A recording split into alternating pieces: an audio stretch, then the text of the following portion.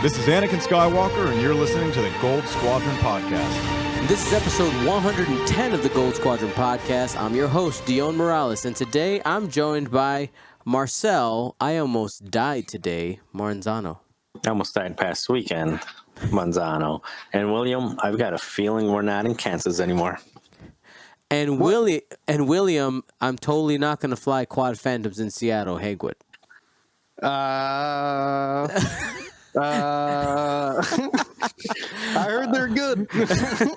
All right, everybody. So before we go anywhere, I want to say a huge thank you to our Patreon community, and I want to give a shout out to our new patrons. Thank you to Casey, Lee, Nathan, Justin, Michael, Keen, Myron, Travis, Rick, Matthew, Jesse, Christoph, Krister, David, Robbie, Tom, and Sebastian. Thank you guys so much for your support. You guys are fantastic. I actually got in the mail the preview set cards, like print, just to make sure everything worked out.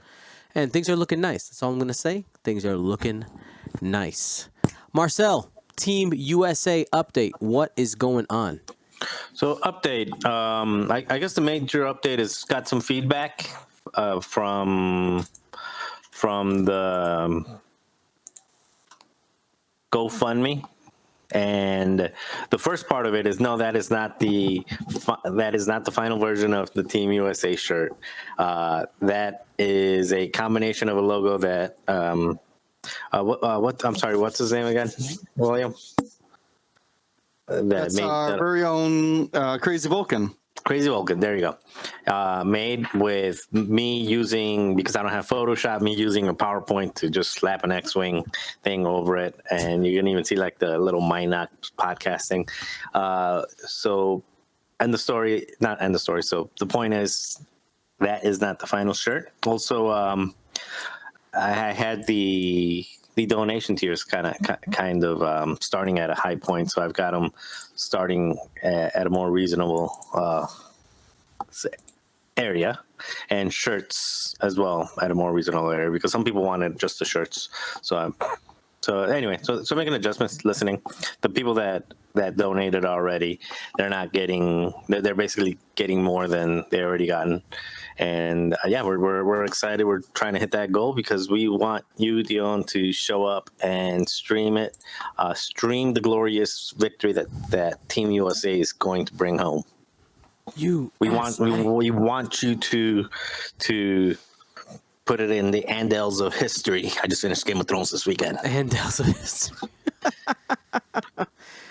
All right, how's it going, Luke? Luke's in the chat. Luke Carrington of the Gold Squadron Paintcast. By the way, Luke, I was packing up some of the awesome painted ships that we gave away this weekend. Those things, man, they're so nice. Like, I get a little, like, I'm like, oh, this is awesome, they got a prize. I get a little jelly though as I'm shipping them away. It's like, man, I shouldn't even show this one, and I got to give it away now. Things are awesome. So, anyway, Marcel, super excited to hear that you're making a couple adjustments to the GoFundMe, and it looks like as of right now, you guys are at $785 out of $6,000 as the goal, and that's only in 4 days. So hopefully, over the next few days, you guys can get some stuff going. Yeah, and don't feel like anything helps. So $5, $10, $1. I saw on the stream, Dion, people were donating 1 penny and 2 pennies. Yeah. Hey, your 2 cents counts. Your opinion counts. So yeah, we appreciate it. Yeah, absolutely. Now, something else that a little more on a serious note that I'd wanted to talk about. And first, let me talk about, say that I got permission to talk about this, which is why I'm bringing it up, because it was kind of a surprise on Saturday. So if you're watching our stream on Saturday, you might have heard me say that Ken Cho of District Foundry actually had a stroke on Saturday. And I'm going to go ahead and just read exactly what I received from his wife. And we'll just kind of go from there.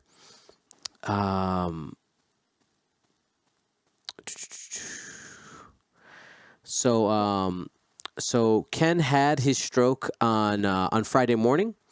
which is why the shop, when people were trying to use the coupon code, it didn't work. So people were confused at first because when all that was going down, of course, him and his wife weren't worried about that. They were worried about taking care of him. And they wanted to give this update. Said his recovery is going well. And the plan is to... like his wife, Lane, is going to try to figure out what she can do on her own from the shop in order to get their current orders out with the help of a couple other people. And they want me to help them reach out to anybody who has ordered stuff and say thank you for your patience. There definitely will be a delay. And if and when they open the shop, it's going to be in a limited capacity until Ken is 100%. They're going to have some basically very limited customizations because 2-color orders require a lot of monitoring and supervision. And just to be aware of that. And I'm sending my best wishes to Ken. I know that, medical stuff takes precedent over everything. So, as soon as I heard, I was really concerned about it. A lot of people were asking me questions. I didn't know anything really up until today, until I heard. And Ken, if you're watching this, man, because I know that he actually did pop in a couple of times for the stream. And we're just kind of watching, not really interacting much, but just kind of just hanging out.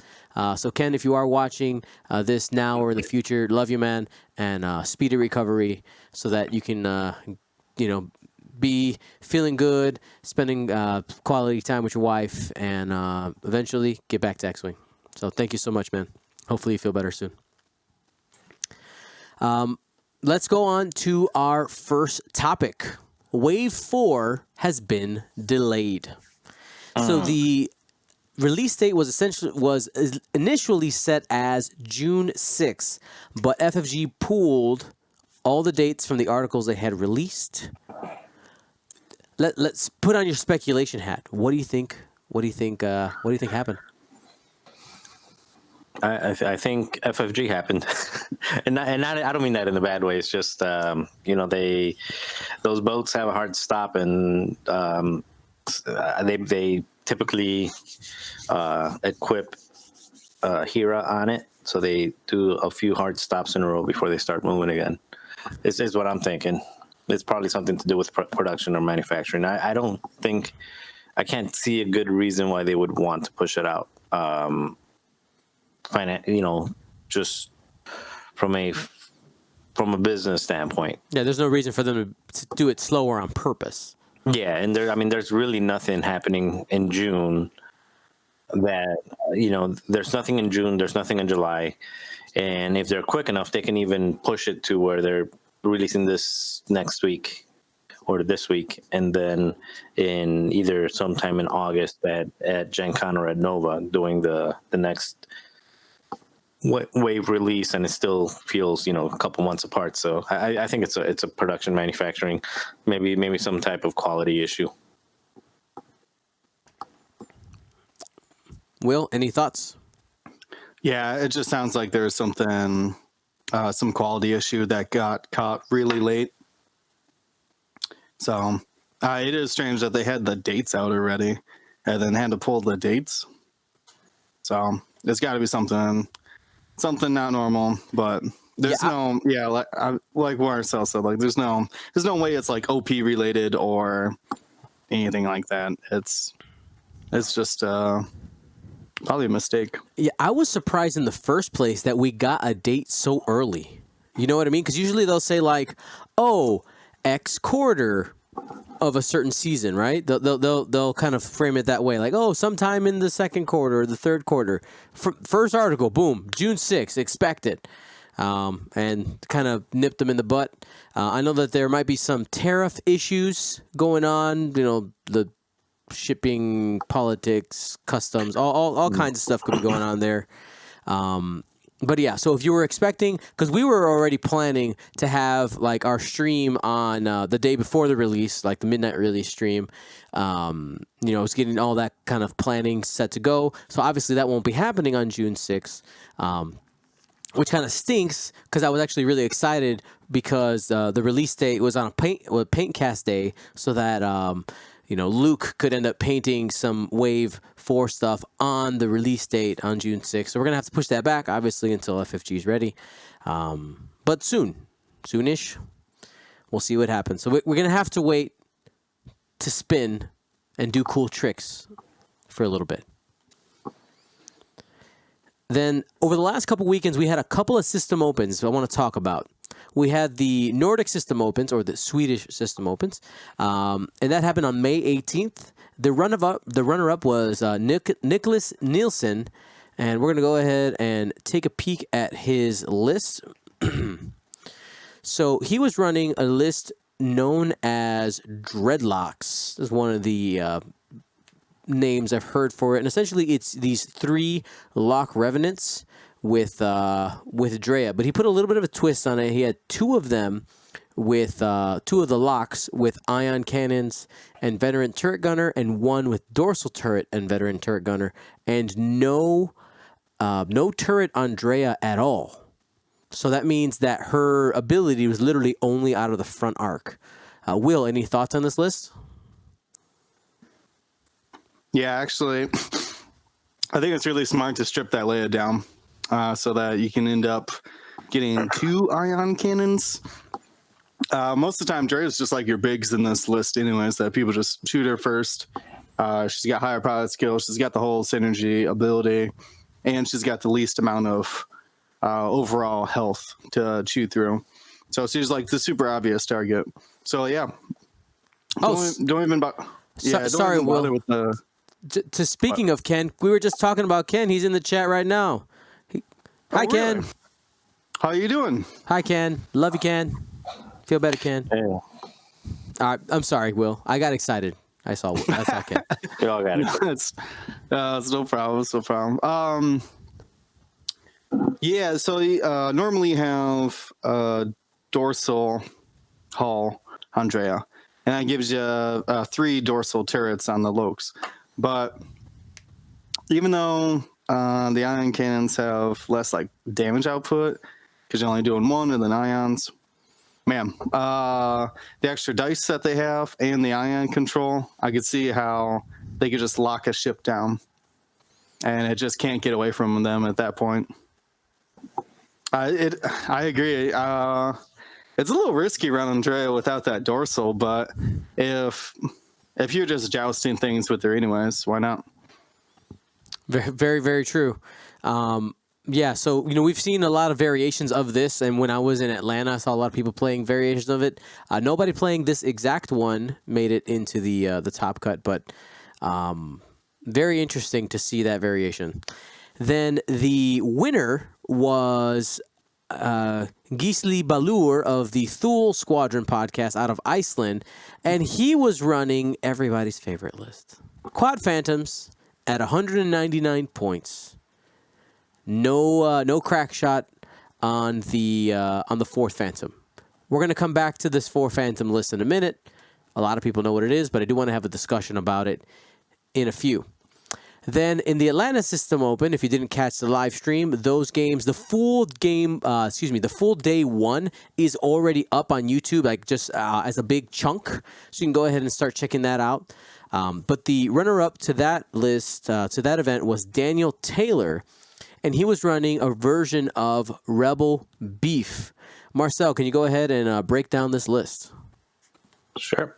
It is the Cassian Endor with Leia Organa, tactical officer, to take those coordinates, make them white. 10 Num with jamming beam, because why not? Braylon with crack shot and jamming beam, and then Wedge with swarm tactics at 200 points. So this list is basically giving up some of its initiative to get the tactical officer and the swarm tactics in there. I think the regular loadout is 10 Num with elusiveness on it, is what most people do.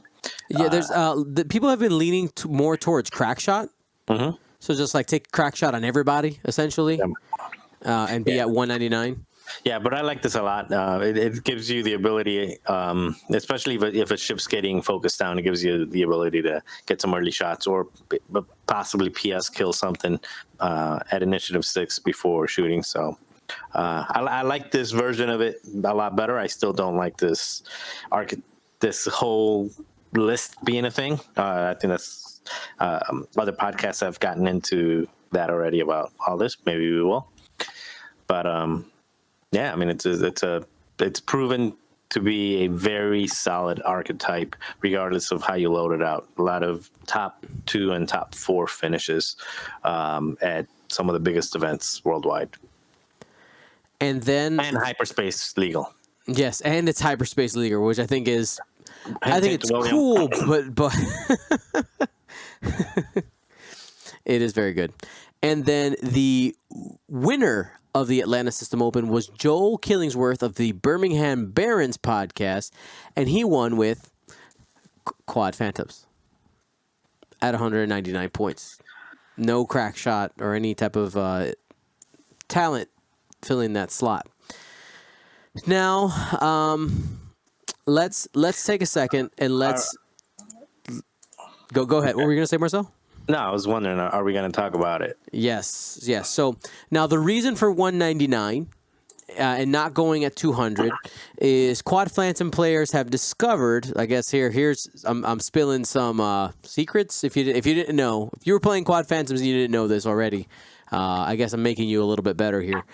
You want to be first player when you're playing in a mirror match of Quad Phantoms because you want to be able to decloak, get your evade because you know the board state before you move, and know that your maneuvers are going to clear because you'll be able to see the board state before all that stuff.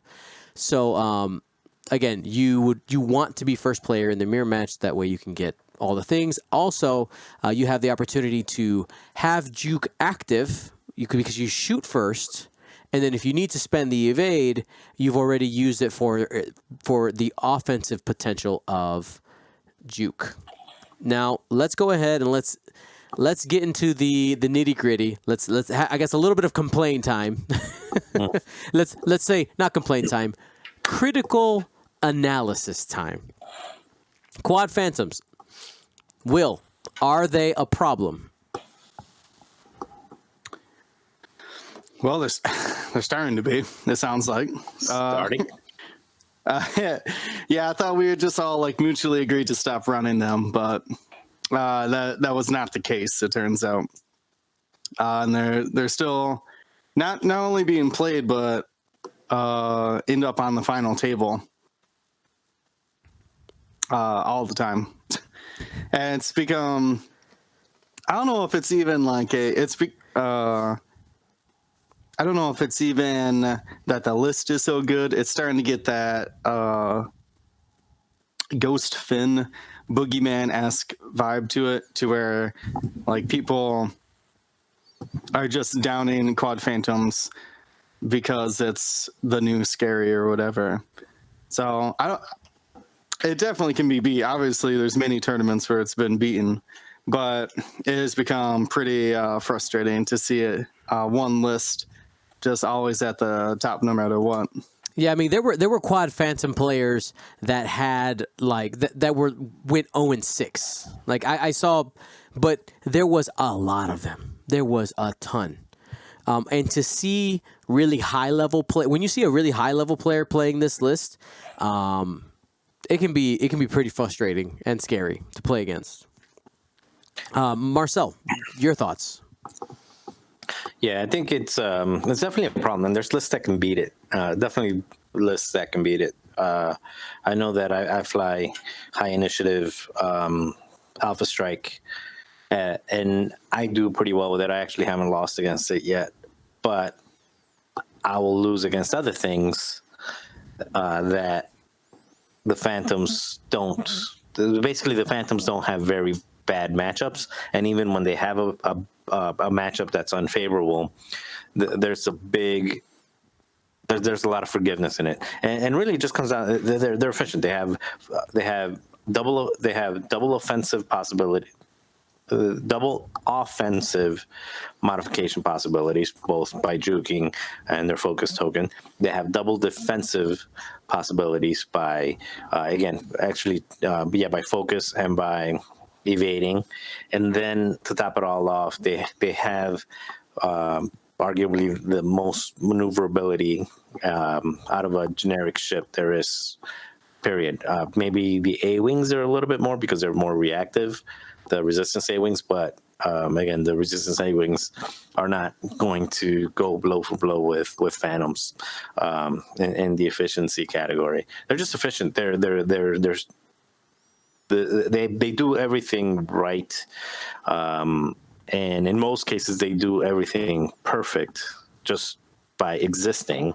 And there are certain scenarios that they got a bad matchup that you get somebody with a list that can snipe them. You get Vader, Sunter, or something like that. But even then, I mean, you saw in your semifinal, you were playing.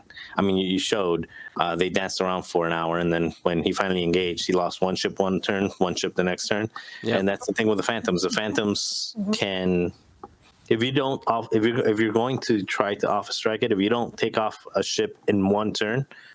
You've lost the match. You've lost the game, and I think that's part of the reason why that Rebel Beef list is it's a good list. Also, the Rebel Beef is an extremely good list, but part of the reason why it does so well in extended as compared to hyperspace. In hyperspace, you get a lot more variety at the top. You get a lot more variety. Isn't that interesting? I think the reason that it has better results at extended is because how it deals with Rebel Beef and the things that people bring. I mean, how it deals with Phantoms and the things that people bring to beat Phantoms.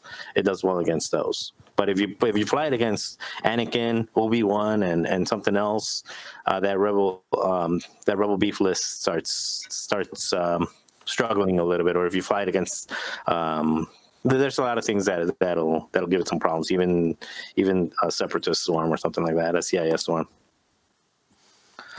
So, all right. So I think we can all agree that Quad Phantoms need to go.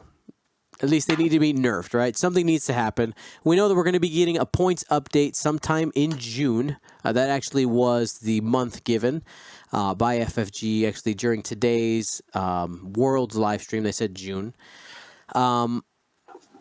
What do you think the solution is? How aggressive do you think they should be? And if you're watching in the chat right now, go ahead and give your opinion there. What are some things that they can do points wise? Whether you think it's Juke or the chassis itself, what are you guys thinking? Okay. Well, actually, let me throw one more negative thing out there for it before anything else. So. Again, I was bedridden this weekend. I was pretty sick. I wasn't sick. I was hurt. I was really hurt. And I ended up watching the stream a lot. Saturday was filled with fun games, and sorry, Dion, but Sunday was just outside of hearing your sultry voice. It was boring. It was a tough day. Yeah, it was boring. I mean, I think you were considering doing giveaways mid game. I think you're thinking about the top 4 game. That top 4 game was but not rough. only the top 4 game, also the top 8 game as well. I mean, they were very slow matches, and they're very repetitive. Again, Joel Killingsworth. Congratulations to him. But in all the matchups is basically forward, T-bank, and just skirt to the left, skirt to the right in the exact same formation all turn until you put a ship there for him to kill. Right. Which is fine, but boring. And boring to play against, and boring to watch. But again, if it's available, I'm not hating on Joel. I'm not hating on Tyler. Bring what you need to win, because at that level you're trying to play to win. So again, it's not hate against the player. Right. It's just an observation that it's not fun. Right. Exactly.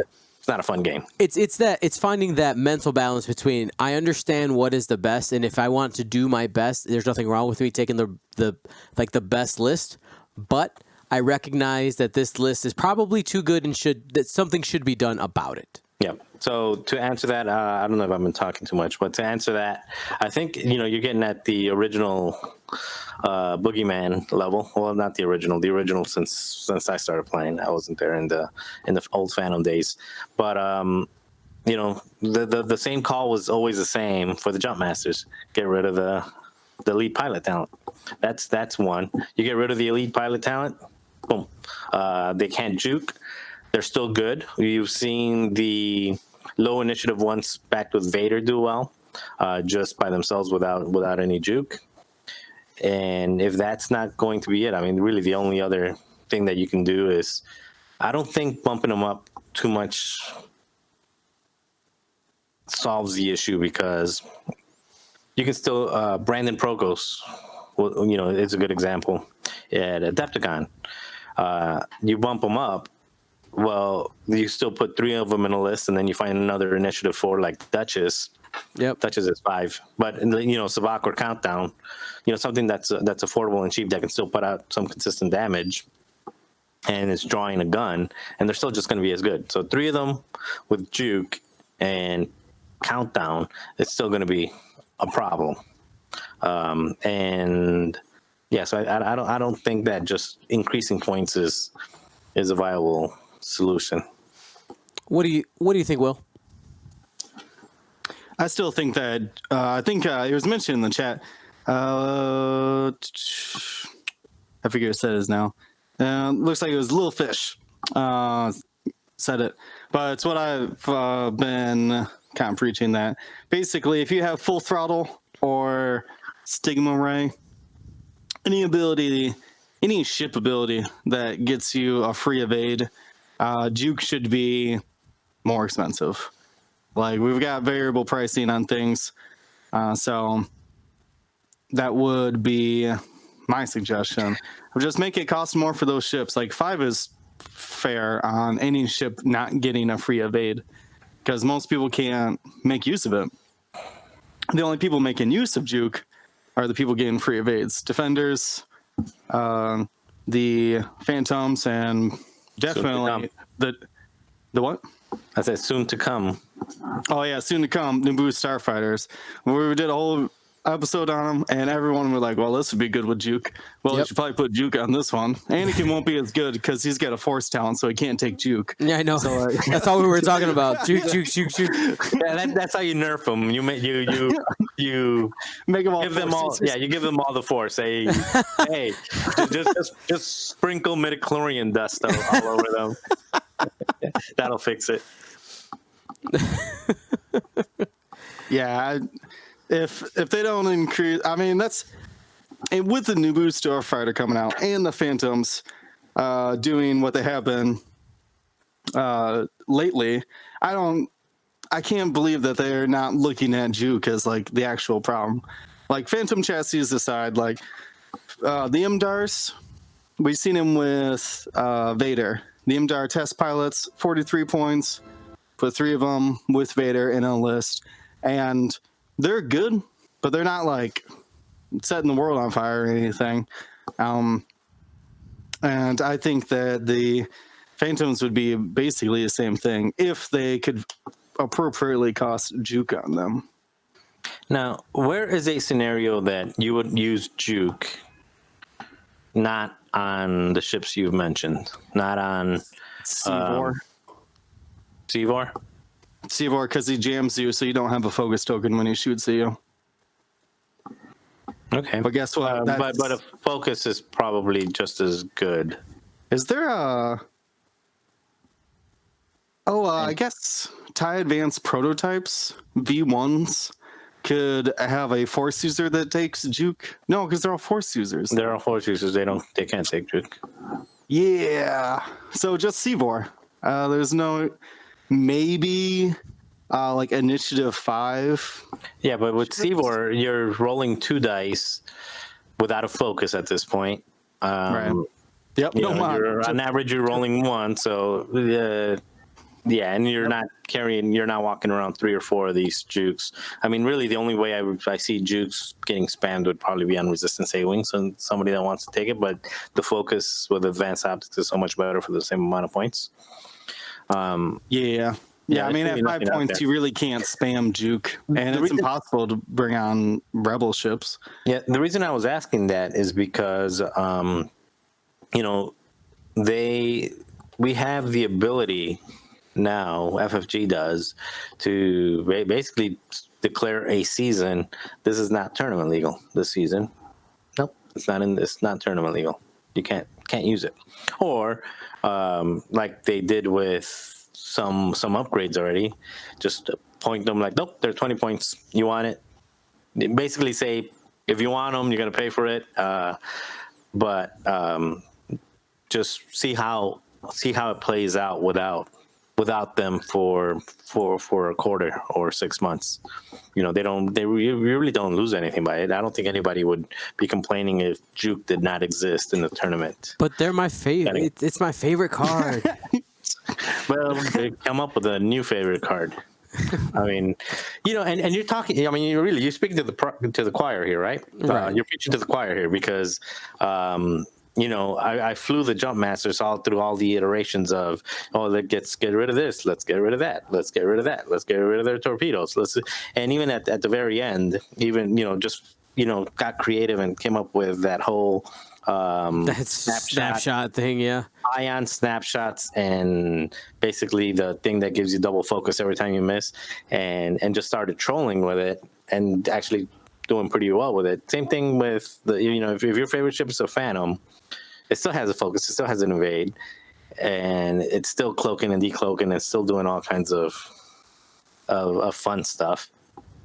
So yeah, just come up with something different. But yeah, this whole juking and everything is just not very good.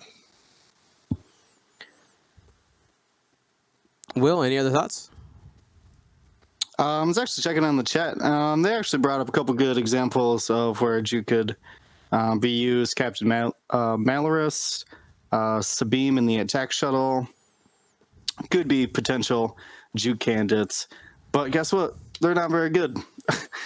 Same thing with like the Defenders, that it's just not priced appropriately. You can fit like 1 into a list. I don't know.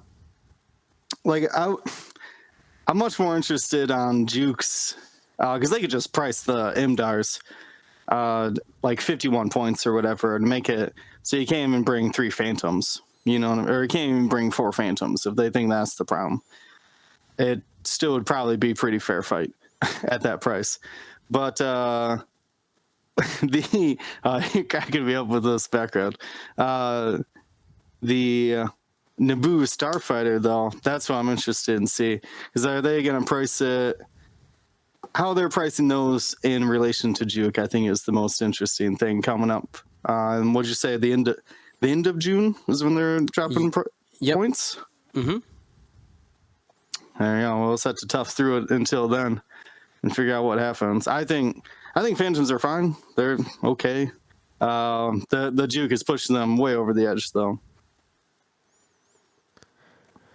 So, some of the solutions I'm seeing out there that I think won't happen, and I'm only saying this because FFG has built in ways for them to edit the game already, right? So that is taking away slots, increasing points, and that's pretty much the 2 tools that they have available to them. I've seen some people ask like, "Oh, only make it so that you can have, make it so that you errata it to have like 2 dots, like similar to some of the newer ships that we have. Like, oh, you can only limit it 2 per squad, which I guess they could do, but it seems unlikely when they have such obvious tools as editing the upgrade bar and changing the price.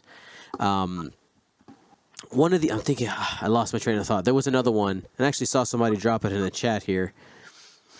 One that I do like as well for Juke is making it so that it scales when you have making it what's that word that they use? Variable point costs. There you go.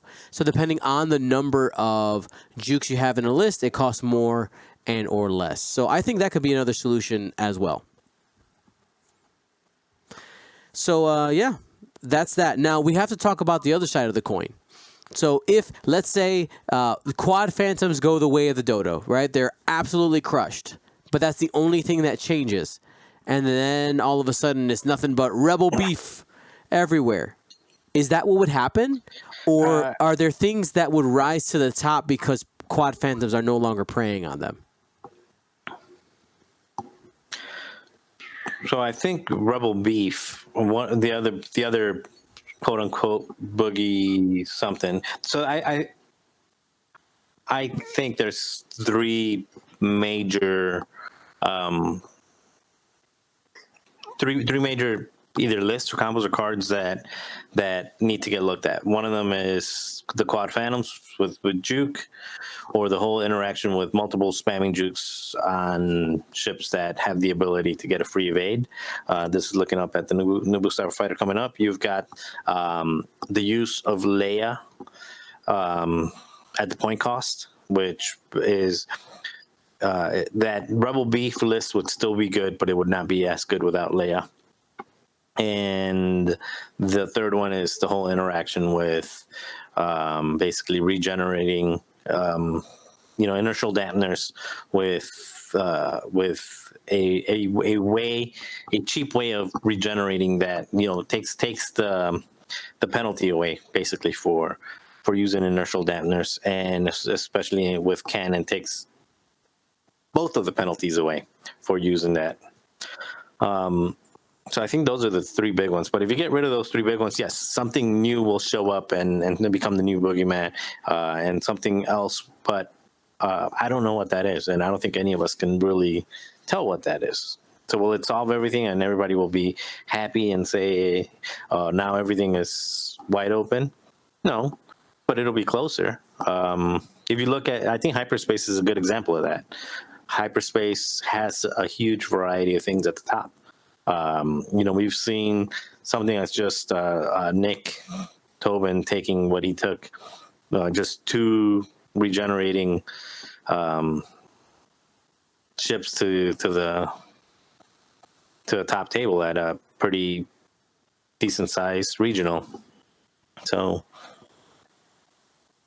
yeah, I mean, you had ID, you had Tippett, you had Jeremy Trad, you had a lot of top level players there, Nick Tobin included, and yeah, I mean, you saw a really big variety of things at the top. You had William with his swarm, you had Peter with his swarm, Nathan ID with what he had.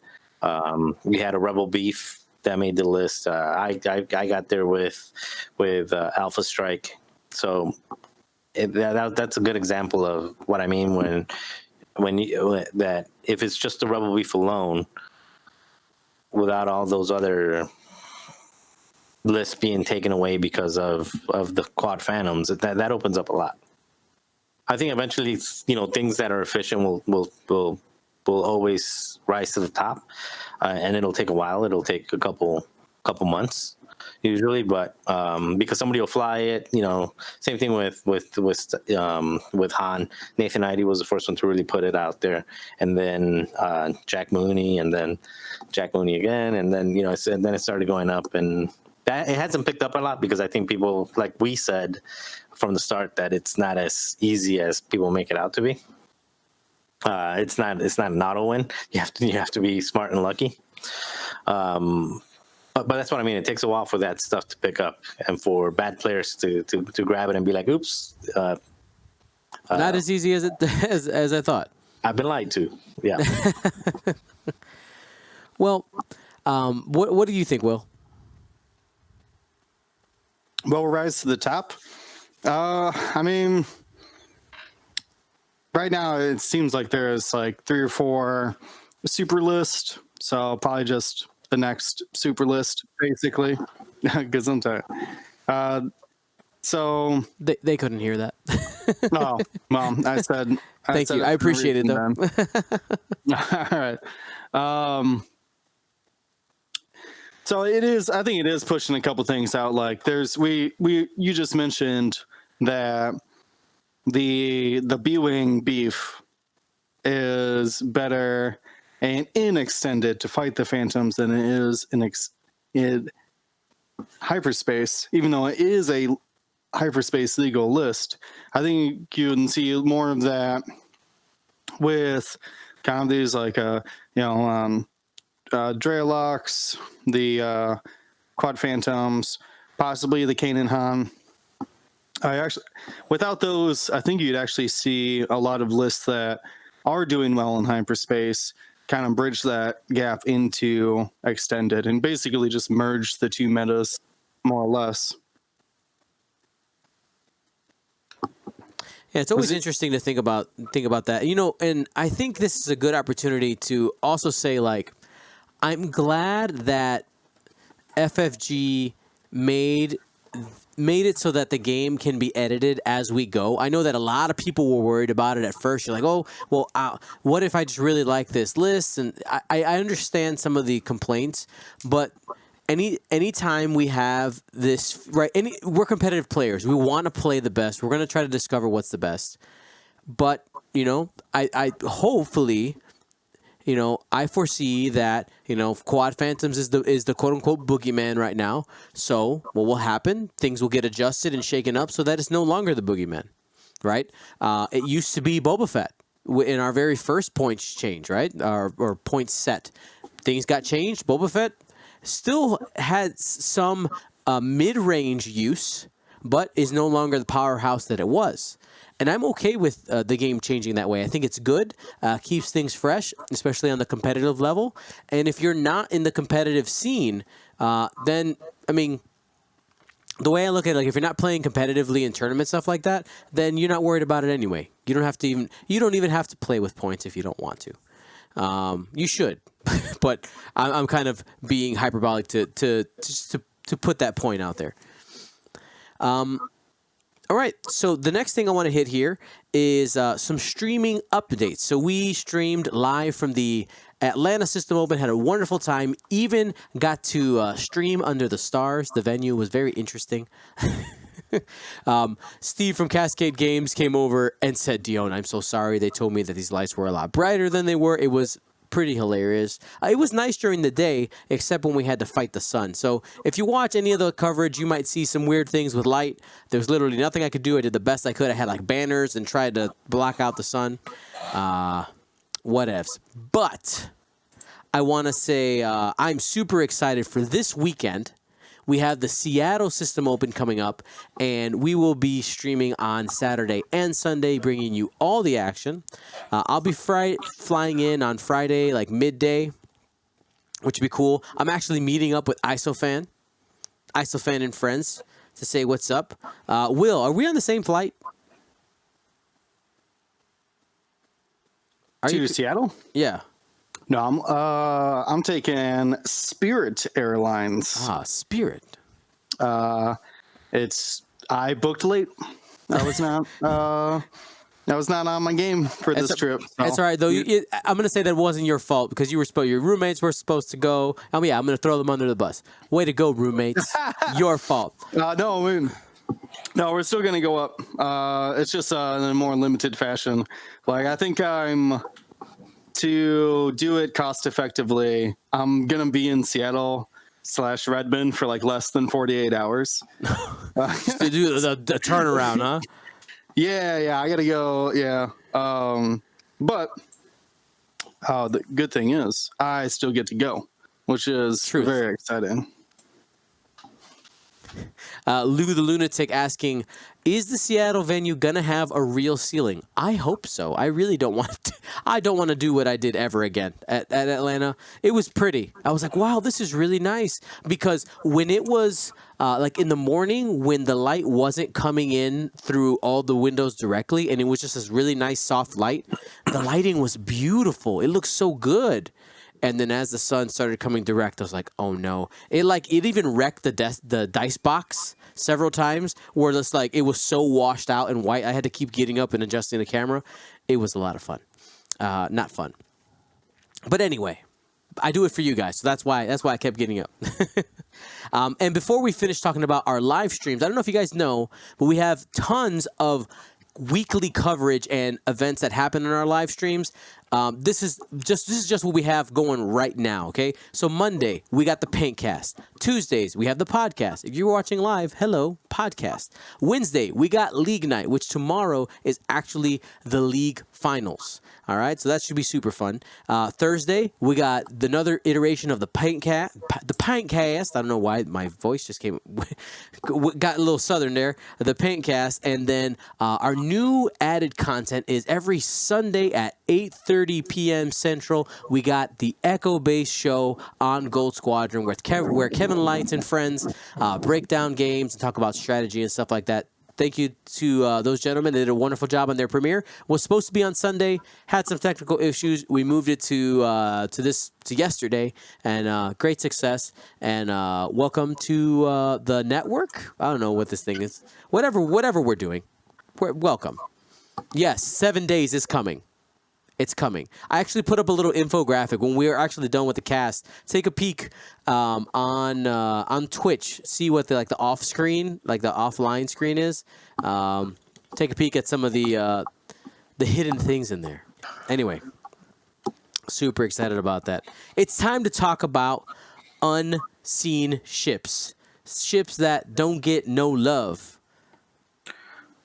All right. I want to talk about the TIE Aggressor.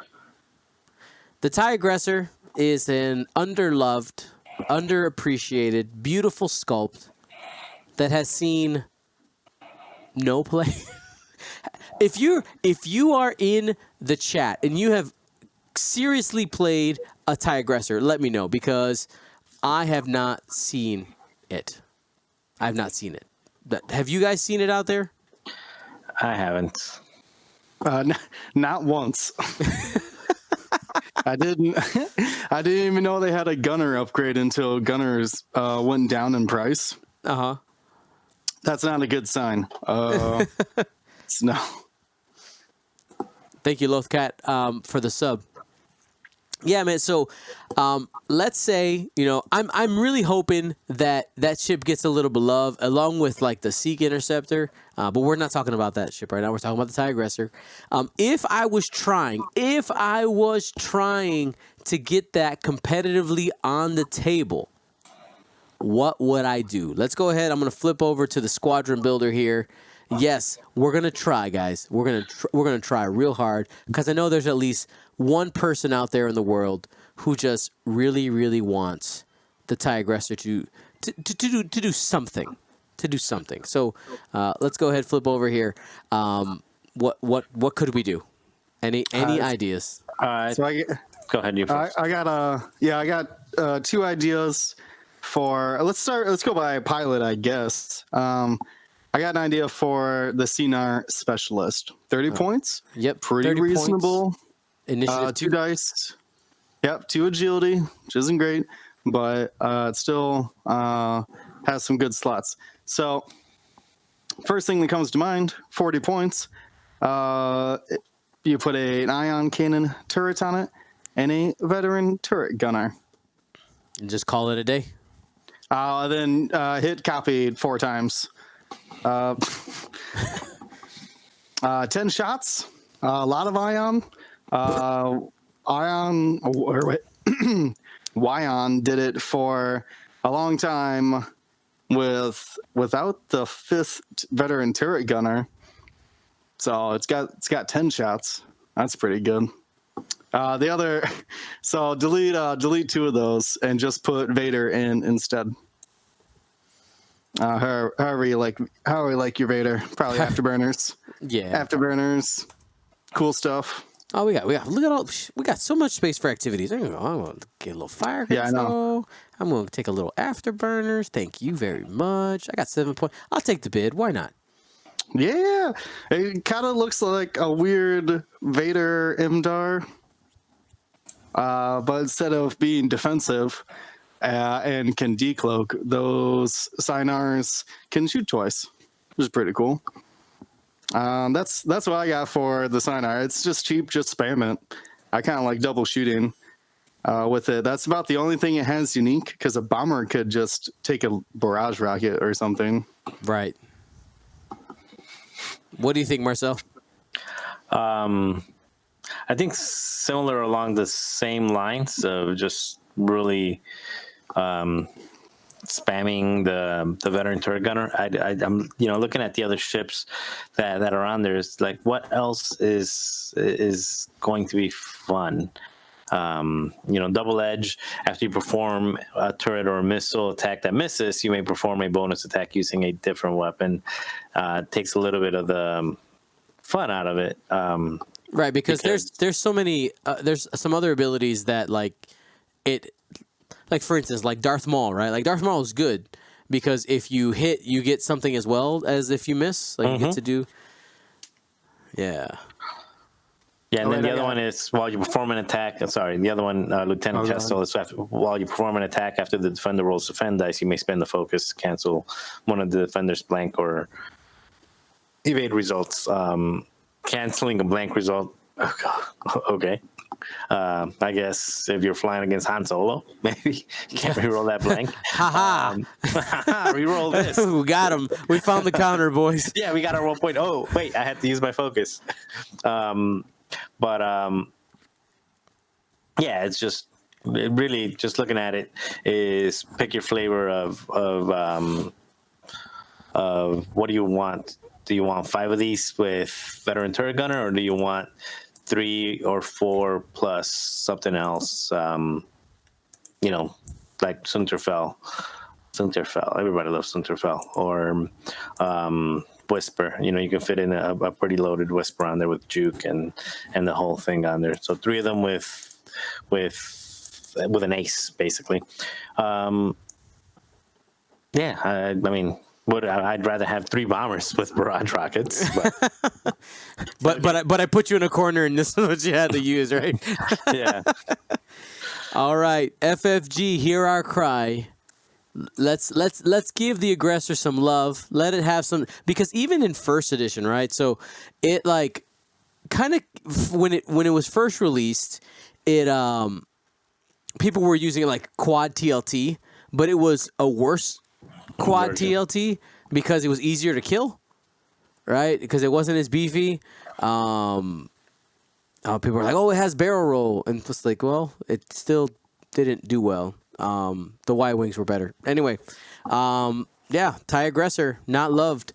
If you guys like this segment, let me know. We'll continue doing it. I have some more pilots and ships in the docket, so we'll hit those as we go. And don't put the TIE Advance V1 on there, because somebody's flying them. Some. Yeah, I wonder who. All right, that's fun.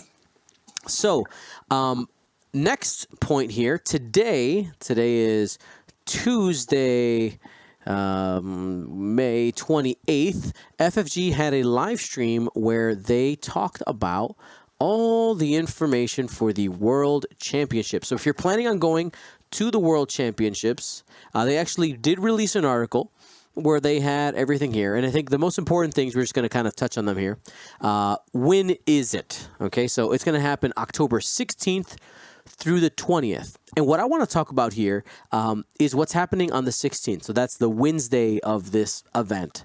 And that is the last chance qualifier. What are your guys? So they said top 64 in the last chance qualifier, but it's actually 64 plus, because if they have any unfilled seats, it's going to be 64 plus the number of seats that they didn't fill with people who won invites, which might even include people who won multiple invites, which has happened when we've seen people win multiple hyperspace trials. I guess actually that doesn't happen because it slides down, but it would happen for multiple people getting in several system open cuts. That's what I was thinking. Last chance qualifier. What do you guys think about this? The first time we have invite only. Good, bad. What do you think? Hey, I could get a chance to go to Worlds now. I guess it depends on who you're asking, right? Dion? Marcel, you don't care. No, actually, I do care because Kayla hasn't gotten one. Top 64, she's got a chance There you there. go. So there's always a good it's I'm on the fence about it. So I like the fact that it's going to fill up more. It gives somebody the last chance to get it. It's on a Wednesday in the middle of the week with no guarantee that you're going to make it. They're opening up 400 slots for registration. I don't know how many of those are actually going to fill up. It makes it, it's about accessibility. If people that are coming in from California, from New York, Canada, Mexico, or any other country, especially Europe, Australia, Asia, they're coming in with a dream of playing on a Wednesday. They have to take more time off. They're really not going to do it. I think it's basically going to be a lot of Midwestern people showing up. A lot of Midwestern people that didn't get an invite saying, "Hey, maybe I can get one last shot. Just take a day off of work, and if I make it, I'll figure it out the next couple of days. If I don't make it, whatever. I only missed one day of work." So I think it's going to be a lot of people from Minneapolis, a lot of people from Wisconsin, and just the Midwest states, and then some of the frequent travelers that would show up anyway. Yeah, actually, I think you're onto something there with mentioning Kayla, or even myself. I joked about it, but I still want to go to Worlds, even if I'm not allowed to play in it or whatever. Mm-hmm. So this sounds like a perfect opportunity for it seems more and more that a lot of people and their dad are playing in X-Wing, and these younger kids like Dom and Nathan and stuff, that their relatives or whatever, people that they normally travel with, don't have Worlds tickets. So it's at least the chance to play in Worlds. But the best thing is that you're still basically allowed on the premise, because you get to do all the side events and things. Yeah. So, yeah, and there's going to be side events. From what they were kind of saying, it sounded like there was going to be side events every day. So there's going to be something to do. I mean, they're basically turning it into a Star Wars game con, right?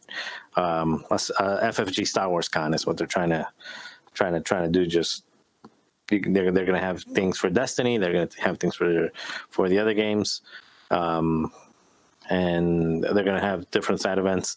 Now, and also just as far as talking about the possibility of making the Worlds in here, you're assuming all of the people that have already gotten a ticket will probably not want to pay to show up a day early and compete, and basically for no prize. You really, unless they're giving out some crazy dice or something like that. So most people that are going to be playing in that event don't have, the Nathan Heidi's of the world, the Duncan Howards, Knuckles, and everybody who already got their invites because they've won an event or The Marcel Manzanos. I'm not gonna throw myself in that bunch yet. So you got. I mean, realistically, you've got a really good chance. I assume they're opening it up for 400. I'm guessing they're probably going to get about 150 to 200 max that show up. So about a third of the people will end up with a ticket. Yeah, that's so I got two over-unders for you guys. The first one, Marcel, you just said your answer. How much do you think that this will fill up out of 400? Over under 200. Marcel, you don't think it's going to get to 200? I think it'll probably hover around it because, again, it's I'll say under just because it's on a Wednesday. It's not guaranteed. It's going to be mostly locals, and it really depends on how they price it. If they price it at $40 or $50 entry fee, because they said 25. They said 25. 25 to play in the qualifier. And then if you qualify, you have to pay the difference for the World's ticket. How much was the World's ticket? That number I don't remember off the top of my head. I'm sure somebody would throw it in the chat here in a minute. Okay. Well, that I mean, at that point, nobody. I mean, whatever it is, people will pay it. Yeah. So you're adding $25 plus the travel, plus missing work on a Wednesday, plus maybe not even traveling just to basically play in side events if you don't even make the qualifier. Yeah, I'm gonna go under. What about you, Dion? I'm going over. I'm going over because there's a lot of people, and I'm going to include myself in this group of people who they're just outside of that like top tier. Like you feel like you're always scratching at the door, but you can't quite bust through that door yet. And I think this is that opportunity for players at that level who like want it, right? You're like, man, I really, really want an opportunity to play in this event. I'm a competitive player. I know, I'm not, maybe top tier, but, anybody has a chance on any given day. And I think there's a lot of players at that level, and I think a majority of them are going to a good number of them are going to try to make it if they can. Even though it is on a Wednesday, this is FFG Worlds has been historically like the event to go to in a tournament season. Like if you could only make one travel trip, this is the one you do. And what this is creating, one of the initial backlashes at FFG for when they made Worlds, they said, oh, it's invite only. People were like, man, but that's when I got to hang out with my friends, and we had like the Goldies, and that was something I was kind of worried about too. Is like, do we even do the Goldies this year because like only invitees were coming, and this like totally I think busts that open. It's like, hey, we have something for people who even if you don't have an invite to do on a limited basis, essentially 400 up to 400-ish extra people can be in and around this venue, which is absolutely massive, by the way. I did take a look at it online. And so it's a theater that's part of like essentially a convention center, and it's huge. It's absolutely huge. And I'm excited to see what they do there because it looks like there's a lot of possibilities for that. So to kind of pivot here, yes, the Goldies are definitely going to happen. I need to go ahead and start looking at venues to hold that are near the Worlds venue because essentially we'll need to rent a smallish ballroom size place in a hotel nearby in order to hold it. Figure out how much everything costs and all that. So Goldies definitely happening. And I think this is a good opportunity to talk about that. Some of the other things that are happening, let me go ahead and flip back over. Was that everything in the Worlds or? No, I want to keep talking about Worlds. I just want to pull up the article. I got one last chance qualifier over under. Yeah. How many last chance qualifiers get into the cut? Over 64. or under 2? No. Oh, last chance into the qualifier. actual cut. What's the actual cut though? 16. So there's a top 16 at Worlds? As there has been every year. So I'm going to say 2. 1. I'm going to say 2. I'm going to go 2. So you say that. So you give it the last chance to for the doubt. No. Actually, I'm thinking more like 3 or 4. If you think about it, because 64 of them, there's 64 people that are going to make it from there. So just in numbers, it's but only probably like the top 10 of those are actually. Yeah, I'm going to stay with 1. All right, I'm going to be keeping track of that. By the way, I think that's going to be an interesting statistic of like got to final table at Worlds with the last chance qualifier. Like, do you even have a ticket? And so here's kind of why I'm thinking at least 2, right? So you got 2 like hyper competitive players. They played in this 400 person potentially, right? Potentially 400 person event. They played X number of rounds. I'm assuming it's going to be 6 rounds of just like straight Swiss. And they've played essentially 6 practice games of competitive X-Wing going into it. I think the ideal person plays on October 16th, is assigned to day 1B, or actually, I'm actually going to say day 1A. You go into day 1A, you're tired, but you didn't have to play any cut rounds, right? You play your 6 rounds again, you do well. You have a rest day on the Friday, on Friday, which is the October 18th, during day 1B, and you're refreshed and ready for the cut on the 19th. I think that's a path that someone could take right there. Mm-hmm. Yeah, I can see that. I'm excited for. I'm rooting. I'm too. And last chancers. And as far as like I feel kind of weird about it because it kind of makes not just me. A lot of us have put so much stock into making the cut and getting that invite and getting that, whether it's a plastic thing, if you got it at a System Open or whatever, you get at a regional, the little plastic card, not the other card, put so much stock in traveled so many places and put in so much effort. This is, the odds on this is pretty high. And again, you're not going to be I don't know. I think it makes it feel a little less it takes a little bit away from it.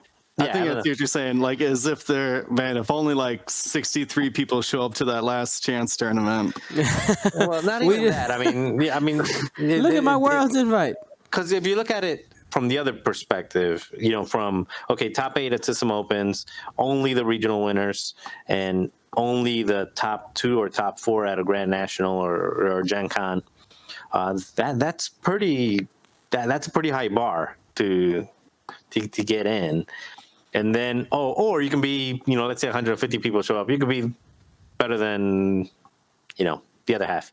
Now on the other hand, hopefully what it'll mean is some people will get some easier matchups in the actual Worlds Swiss rounds, in the first couple rounds of Swiss. But even then, it's Worlds. You shouldn't have any. Round 1 to round 7, whatever rounds they play, should be tough. Should be hardcore. So again, I'm so. But I am happy that people, especially in Gold Squadron, that we are so close to it. We're a drive away or a $60 round trip ticket there and back away. It gives it gives us an advantage over let's say the crates people that are, or the Nova people, or the Minox that have to spend a lot of money to make it to Minnesota. That's right. Central Coast, best coast. All right, so taking another peek back at our article here. So, like I have already kind of mentioned, so we have on October 16th is that last chance qualifier, which is going to go at the same time as the Coruscant Invitational. Coruscant Invitational is basically like a weird tournament. They'll give some type of special rules. They've done something different every year that they've had it. We don't have any details on that yet. Then October 17th, that's a Thursday, is day 1A. Then Friday, October 18th, is going to be day 1B.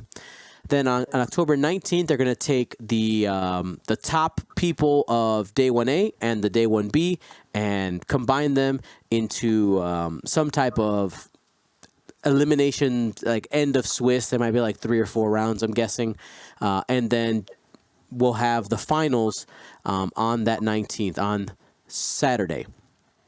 Then they did say on Sunday, on October 20th, there's actually going to be some type of qualifier event for the 2020 X-Wing Worlds. We don't have any details past it's going to happen. It's going to be something that happens.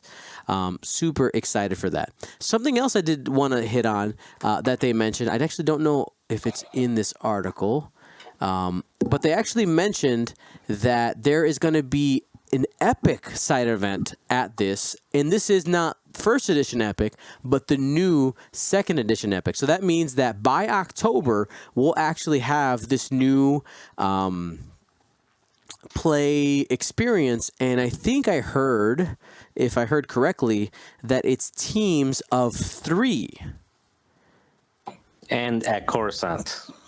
Yeah, the article describes the 2019 Coruscant Invitational as including, it says a team event featuring the winners of the System Open series, a multi-round event that will feature every faction in the game, as well as new epic play for the second edition of X-Wing. There's sure to be an event full of twists and turns, topped off with a grand finale only a game like X-Wing could provide. So, very ominous, sudden death finale there. But yeah, apparently you get teamed up at Coruscant, and you have to play Epic at some point. That's cool. That sounds great. It sounds like all those guys will have to do wacky things right before Worlds. That sounds hilarious. Hey, Yeah. dude, did you win with Quad Phantoms? Yeah. Did you win with Con Phantoms? I'd be looking for people who won with other stuff. I'm just saying. I'd be looking for people who won with, like, I want a versatile team. You know, you're looking for versatility. Awesome. Yeah, there's more details in this article here. So if you already have a invite, it's important to note that you can already start to claim your seat, and it looks like the deadline for reserving your seat is September 30th. At least that's what they say here in the article. And yeah, so make sure that if you have it, that you get your ticket. Don't delay, because you don't want to end up. Shazbot, don't be hating. How many tickets are they giving? How many tickets are they giving? Yeah, total? well, how many worlds? They have spots for day one. They have 400 spots every day. Okay, I think everyone's safe for a while. I don't think 800 people have qualified. Maybe I have no idea how to run those numbers. Yeah, I don't either. But just, you get maybe 20 system opens, and yeah, that's 800. That's not 800 people. Well, so it would be like 20 times 8 plus. That's 160 plus, let's say, another Plus 100 or so regionals. Mm-hmm. That's, yeah, you're safe. That's why they're doing the top 64 automatically get an invite, because they'll have space for those 64. Yep. I'm getting some hate in the chat. Listen, I didn't say that I was a great player. I took Quad Phantoms because it was the best list. And yeah, I got top 16 templates, and I'm never letting them go. I wouldn't want me on my team if I was playing teams of 3. Okay? I can admit that. I'm not ashamed to say that. Okay? I'm saying that I would look for more versatile people. That's all I'm saying. I am willing to accept my faults. Alrighty here. Kind of lost my spot here. There we go. All right. Well, let's go ahead and jump into our list of the week. We got a weird one today. The name of the list is Super Jank Jabba's Crew. The submitter gave us like a plethora. Literally, it won. Like, it's a plethora of explanation. All right, of kind of his plans of what he would do. Don't really have the time to read the whole thing, but essentially the turn 0 shenanigans is the goal here. So let's go ahead and flip over to the list. I'll just start by reading it down. We have, this is a scum list, and it has the customized YT-1300 with the Han Solo pilot, with Trickshot, Kira, Boba Fett crew, Rig Cargo Chute and Lando's Millennium Falcon. It has another customized YT-1300 with Lando as the pilot, with trick shot Jabba the Hutt crew and engine upgrade. An escape craft with the Outer Rim Pioneer pilot and Tobias Beckett, one of the show's favorite. And to round out the list, we have a Z-95 Headhunter, that's Nadru Sulak with trick shot. Take it away, gentlemen. All right, before Marcel starts ripping off all the upgrades, I can already hear him clicking off, like, take you off to anyways. Actually, this reminded me of, I think it's the quick build for the Lando's Falcon. Because the quick build has that same Outer Pioneer with Tobias Beckett on board. And this reminded me that I need to do a little sleuthing on that. And actually, I found out, as you guys know, I'm a Tobias Beckett fan. So it turns out that you can't actually put Tobias Beckett inside of that escape craft. The rules stop. You can, but it doesn't do anything. Apparently, yes, it does. I'm sorry. Yes, it does. And the reason I'm saying yes, it does is because you can start.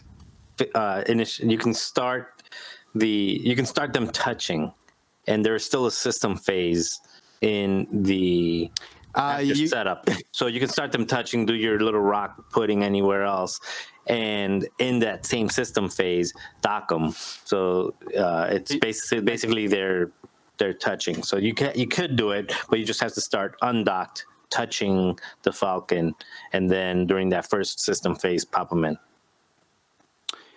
Okay, I understand what you're saying. How are you going to touch the Boba Fett Han Solo though?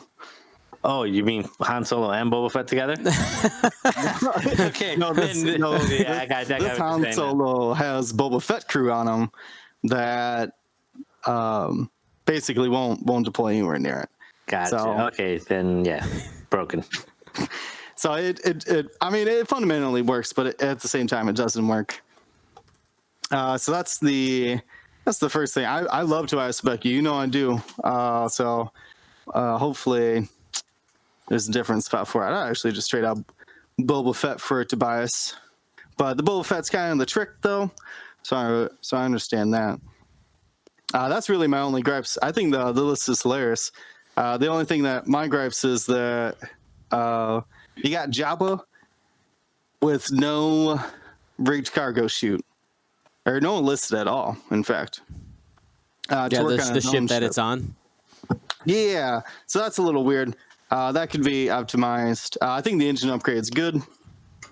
The other thing that in this particular list, I think I would actually put Lando's Falcon on Lando and put L3 inside of him. But then you have a less chance to get those cool 5 and 6 dice Han Solo attacks. So that becomes like it really. At that point, it depends on is Han Solo shooting a bunch of dice cool, or is dropping a bunch of rigged cargo chutes cool. Right. What's your take, Marcel? Well, I don't see that the whole. I see the fun side of what he's trying to do here. When I look at these lists, I'm looking at okay, what can I play around with it in order to basically do. Make it competitive. So how to, the chat's trolling you right now, Marcel. Pretty hard. It's hilarious. For what? What are they saying? Crazy Vulcan says 10 gold squadron points. Says Marcel drops all the ships and replaces it with Fen, Han, and L3 and a mining tie. Fat Han, L3, close, very close, very close. Actually, so. Yeah, I just use this as a way to build me my next Wednesday list. That's really what I use this for.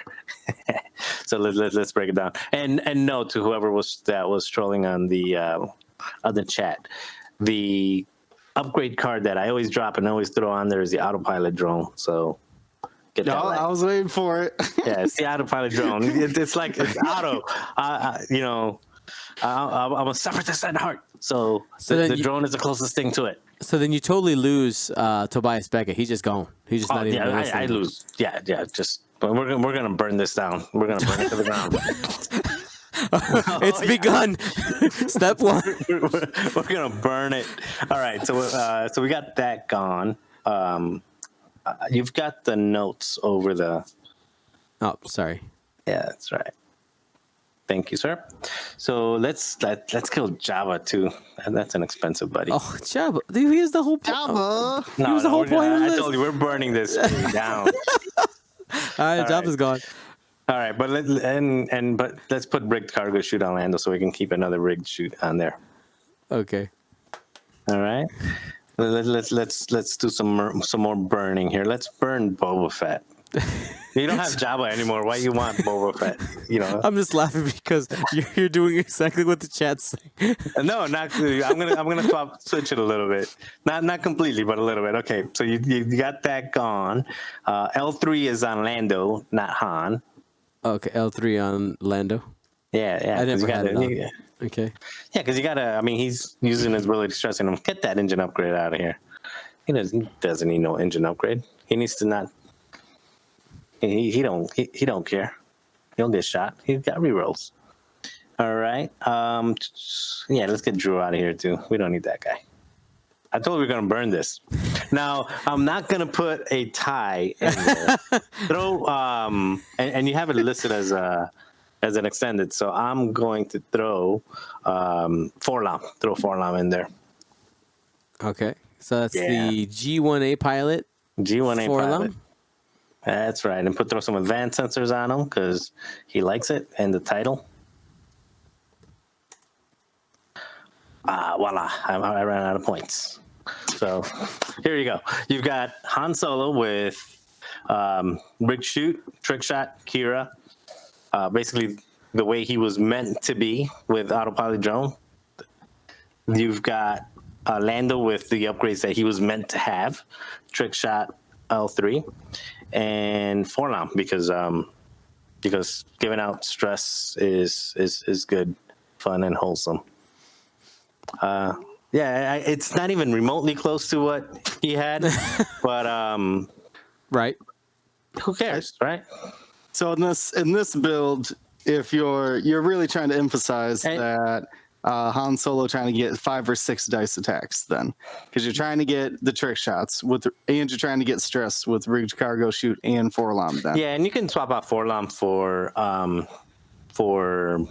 if you like playing something that's a little bit more maneuverable, you can throw in there. What's his name? The Fang Ultra. I think you're talking Victor Hell. No, the track fighter that says when you shoot at him and he's got more than 2 defense dice. That you get a stress? Gains the stress token. You know it's Victor Hell. Come on. No. I was saying the Fang fighter, the Ultra Rock. You know, start clearing some tokens. You would be at 195 with old. Yeah, you can Predator him. You can throw Forlam on Han Solo. You can throw Tobias Beckett. There you go. Tobias bring back Beckett. So there you go. Tobias back Beckett. There you go. All right, fantastic. Voila. It's not even remotely close to the same list, but you'll win more games. All right, guys, on our Discord, okay, under the LOLs channel, okay, I need memes of Marcel editing people's lists. Okay, find it. I need the memes. Post them up. Post them up, please. They're not people's lists anymore. They're my lists.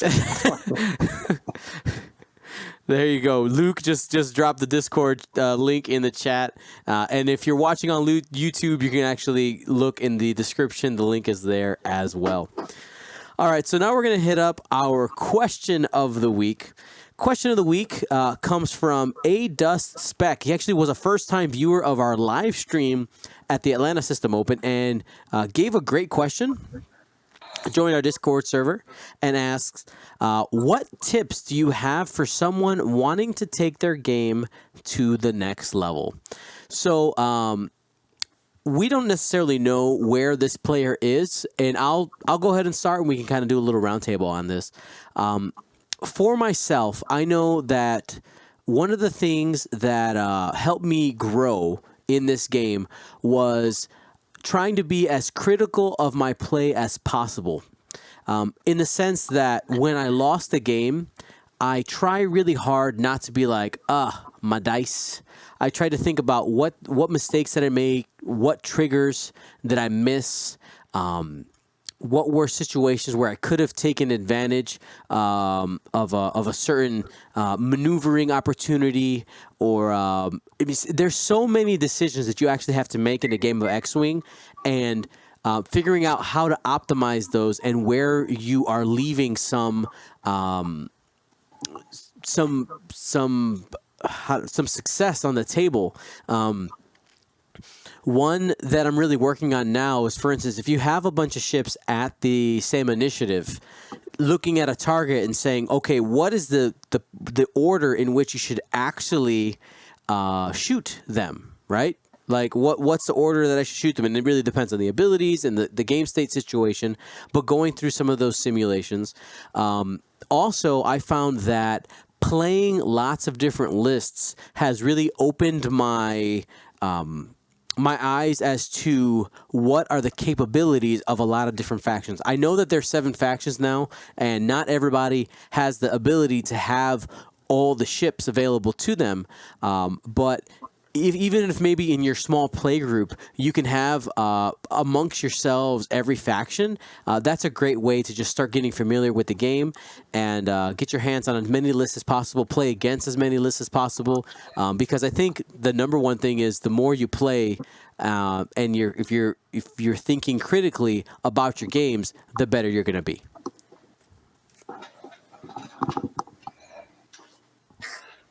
Will? I think the biggest hurdle is basically, so if you're working on one list, like this is my list, and how to I'm trying to fly this list better against other players, I would start breaking down what is my opponent's target priority and what are they trying to do to engage me. If you're, say, flying a slow list, the Rebel Beef, for example, you're going to go slow, so your opponent is going to try to get behind you. And if you're, say, flying Triple Ace, same thing. You have that speed. Basically, you need to recognize with your list compared to others, what are my list strengths? If you know your list can't joust, if you're trying to pass tokens around or trying to arc dodge, you can't just run at things. And once you find that out, what the opponents are trying to do to your list, you can start improving on it. And the other thing is, if you are open to changing lists, you need to start looking at how other lists are trying to engage. It's as old as X-Wing for the most part, and it's double ace like tank, if you will. It used to be palp aces. Now it's kind of like barrage bomber plus 2 ace.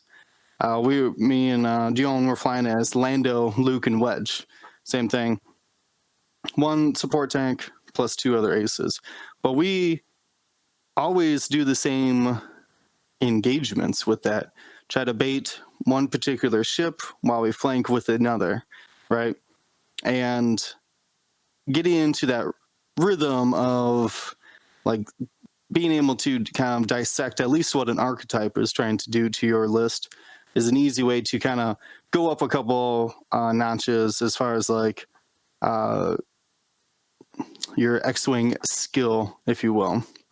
Because once you can recognize, like, basically have a strategy for like swarms, double ace, triple ace, the kind of like jousty beef that we see now. Once you get an idea of the different archetypes, then you can start formulating plans against them.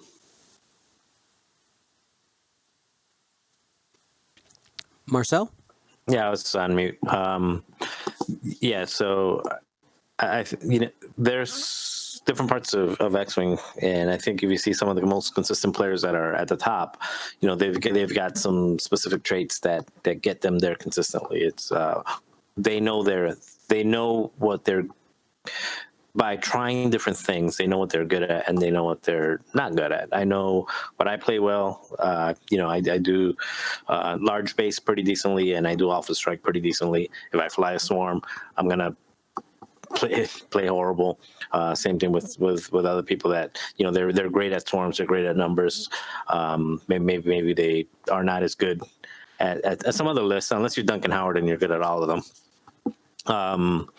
So that's one part of it, is just know that. And I think the other part of it is when you're playing, there's so many things that are going on in the game, right? There's the setup, there's the strategy. What is the other person going to do? What am I going to do?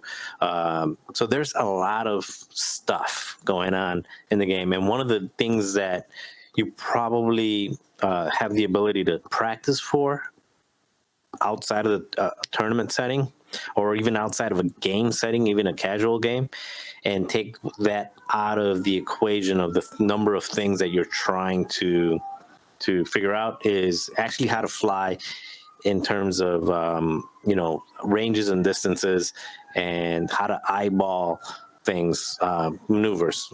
So for example, staying at home and just by yourself, putting a ship somewhere in the left corner and the right corner to the side, and figuring out what a barrel roll boost will get you as far as arc, what'll get you out of arc, what'll get you into through an asteroid or not an asteroid, whether a 2-bank or a 3-bank will fit. Once if you get really good at that, and that's something that you can practice at home by yourself, which is something that when I first started playing, is one of the first things that I did, is actually I did that, and I would actually take pictures of how those maneuvers look, just to put them in my head, because the last thing that I want to do while I'm in a tournament, I want to use my energy, my mental energy, to figure out where do I want to be, and where does my opponent want to be. What do I want to prevent my opponent to do? I don't want to have to think about, is this going to fit? Once I'm worrying about, is this going to fit, the whole strategy of what do I want to do, it already went out the window, because all my focus is on, am I going to fit? Am I going to have him in arc? Am I not going to have him in arc? So I think that's something that's easy to practice at home and get good at it, and get some muscle memory in.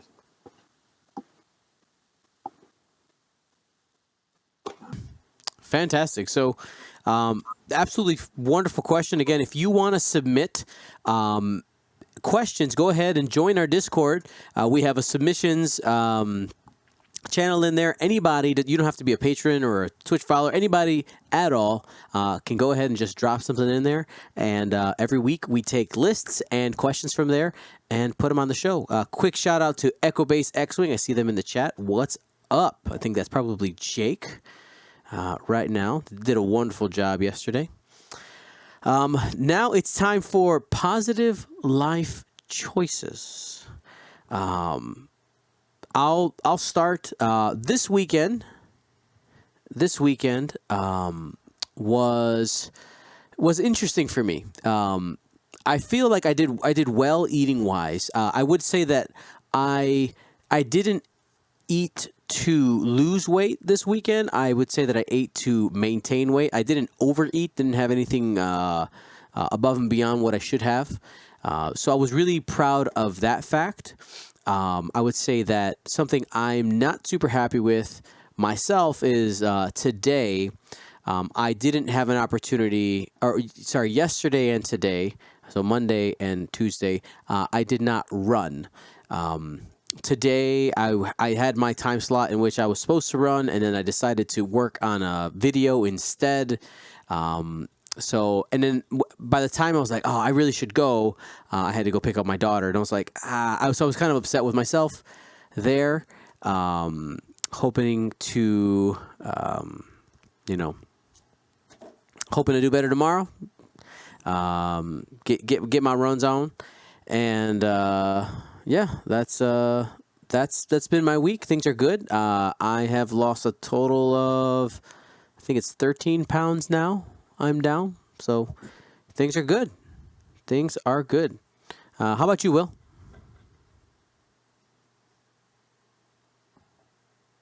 Oh, sorry, I'm here. I was chatting with the old Echo Base in the chat. Anyways, so an interesting thing happened this past weekend.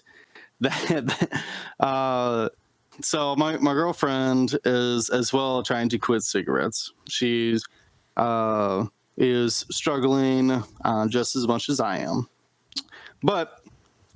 I think it was after we went out to dinner. I got a cigarette from her, and guess what? The cigarette tasted bad. Oh, hey, that's cool. Yes. So that's I've tried to quit smoking in the past, and that's like pretty much the first sign of like it's like getting out of your system, if that makes sense. That it's no longer just like an instant like euphoria. That actually it's like, oh, this is burnt plant. that's like super processed and terrible. So that's good. I mean, like I said, it's a continuing process. So I'm excited. I got Seattle coming up this weekend. I think that'll be good. Getting away, being able to get in that fresh mountain air, or I guess it's not really mountain, fresh coastal air. Yeah, there's mountains around. We got to go over a mountain. There's a mountain to the back. There's mountains around. We'll count. Yeah, count it. So yeah, I'm excited to get out and about, get my mind on other things, and be able to go out and just enjoy the experience. Fantastic. Marcel, anything? I know that you're not really doing anything, but that sounds very pleasant. Yeah, I know. I know that you're just not doing anything out there. Yeah. But I am actually, this last week, my son graduates next week, or he already graduated, but he does the walk. Yeah. Next weekend, and I have suits and stuff like that, but I was like, I don't know if I fit on them because I've been gaining weight. Right. And I went out to Macy's to go look for some suits and things like that, and I was putting them on, and I'm like, I'm a 32, and then I'm like, wait, gotta hold my. So long story short, it's been salads. Well, partially also because I was, I was not well this weekend, but definitely got a lot of salads. If you see today, I've got warm water with honey today. Again, trying to cut down on those calories with the, with usually you see me with either a beer or a glass of wine, soups and veggies. So today had a tofu and fish soup. So hey, I put on, in the last 6 months, I put on 10 pounds, so I got to lose them. So whatever, you lost them, I found them. So that's not how this is supposed to work. I'm back to you, but trying to lose them somewhere and let somebody else pick them up. We'll throw them in the river. It's like right outside your window, right? Yeah. We'll just toss them. so yeah, I'm looking to do that, and also I think part of the reason that I wasn't feeling well is probably because again, not eating well. So yeah, I'm joining that boat. All right. Positive Life Choices by Gold Squadron Podcast. Well, everybody, I want to say thank you so much for joining us. Make sure you watch all of our live coverage. We literally have weekly stuff going on 5 out of the 7 days a week, and yes, 7 days is happening. We got special events. We got Seattle coming this weekend. If you haven't checked out our YouTube channel, we got all kinds of series going on there as well that don't even get streamed, right? So we have like This Week in X-Wing, we have X-Wing Quick Tips, as well as all the games that we have from our league nights and stuff and that we have on all these events. All those get posted there as well. We're on the road to 8,000 subscribers. Make sure you hit that button. And people tell you, like, ring the bell. So that's so that you can actually get the notification when we post new videos, because YouTube's notification system is really weird. Like, I'm subscribed, but you don't get, like... Yeah, it's weird. Anyway, want to say thank you to everybody who has done that. You guys are absolutely awesome. If you haven't joined our Discord community, it's an awesome way to interact with us and other people who are passionate about X-Wing and like to live that Gold Squadron lifestyle, like having fun, staying positive, and just being good peoples. So that's super awesome. And lastly, but most important, I want to say a huge thank you to our Patreon community. You guys are the ones that make all the things we do here at Gold Squadron Podcast possible, from traveling to system opens and hyperspace trials to literally soon all the way around the world. If you want to get awesome swag while supporting us, you can go to patreon.com/Gold Squadron. I want to say thank you so much to everybody who has. You guys are fantastic. For everybody here at Gold Squadron, thank you so much for listening and watching and all the things. Gold Squadron out. I'm Matthew Wood. I play the voice of General Grievous in Star Wars, and you're listening to the Gold Squadron podcast. Gold Squadron out.